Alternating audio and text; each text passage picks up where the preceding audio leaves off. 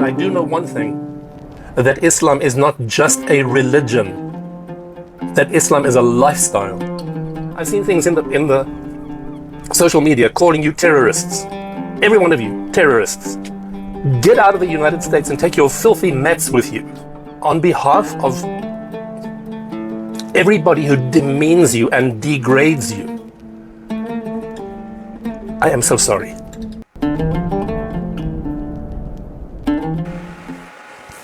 Hello. This message is aimed directly at Muslims wherever you are in the world.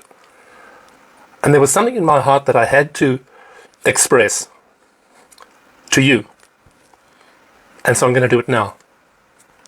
Please just listen to me.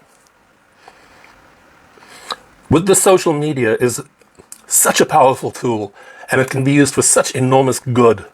And yet there is a vile streak going through it of people being anonymous, putting a picture of a cat up and saying the most howling, godforsaken things, and just vanishing. I can't take that anymore. And you know where I'm going with this. It's aimed at you.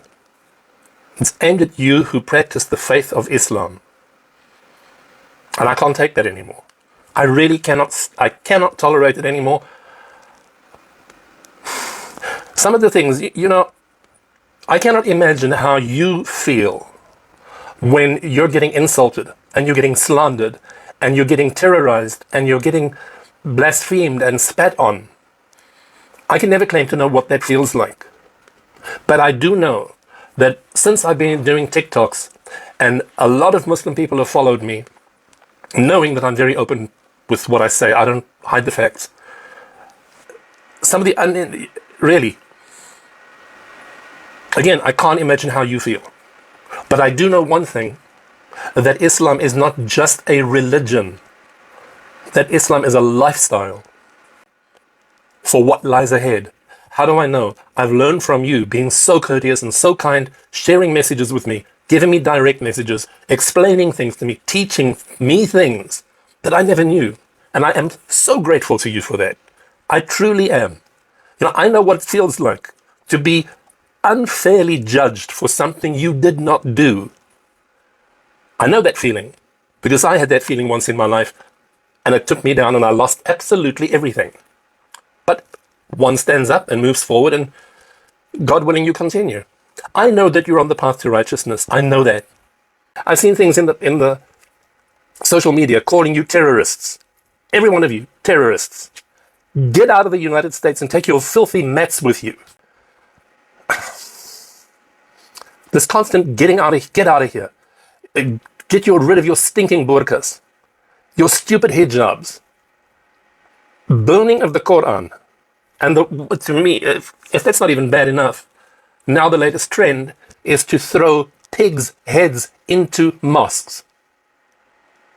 People, I don't know what's happened in this world. I honestly do not know. But it's a shame. It's a crying shame. I will never, ever stop talking out in favor of Muslims and in favor of the Quran. Because I do, believe it or not, have my own little copy. I picked it up in the Blue Mosque in Istanbul. I haven't read it all, I will be honest, but I'll get to it. And I have to add that I have been in the Muslim world so many times. In my own country, for heaven's sake, South Africa. I've been in the Middle East. I've just been in Turkey, if you look at the posts that I've posted. Not once have I felt insecure, unsafe, unwelcomed, nothing. And I wish that this hatred would stop. I am so aware that my voice is this big. It's tiny. It really is tiny. In the bigger picture of life and death and the world, it's a tiny little voice. But if I can touch one person's heart who may have stayed to listen to what I have to say and get somebody to change their attitude or change their mind or educate themselves, I feel that the time I'm spent doing this recording, I will have succeeded. If I could just change one mind. And seriously, if you're taking the time to listen to me today, thank you. On behalf of everybody who demeans you and degrades you, I am so sorry. I am so sorry. You do not deserve the treatment, the hatred. You don't. You really don't. And so again, my voice is just a whisper. It's a tiny voice in this world. But if it makes a difference to one heart, I'll be very grateful. Please take care of yourselves. And thank you for all the love and the kindness and the caring you've shown toward me. You'll never know how much I've appreciated you. God bless.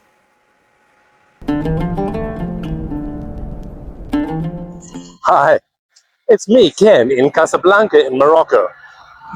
I have a question for all of my Muslim friends and followers.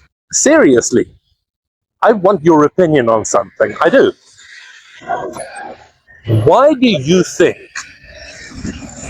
the West wastes so much time hating on Muslims and Islam and spewing such vitriol and hatred toward both the people in the region? Why do you think they do that? And then they come here on vacation. They come here on a holiday. And when they leave, they crow, God, it was so wonderful, so beautiful, so majestic, such fabulous people. Most everyone around me is Muslim and practices Islam. The very thing the West is condemning, yet comes and enjoys and embraces. Okay, so as you know, I am a travel agent and I have been one for the last 48 years. So I have information and I want to share it with you. In 2025, over 750,000, that's 750,000 arrivals came into Morocco from the United States of America. Egypt got 520,000, so about 500,000 visitors. And Turkey is estimated to be 1.3 to 1.4 million visitors from the United States into countries that are so badly spoken about. It doesn't make sense. Does it make sense to you? I'd love to know your opinion.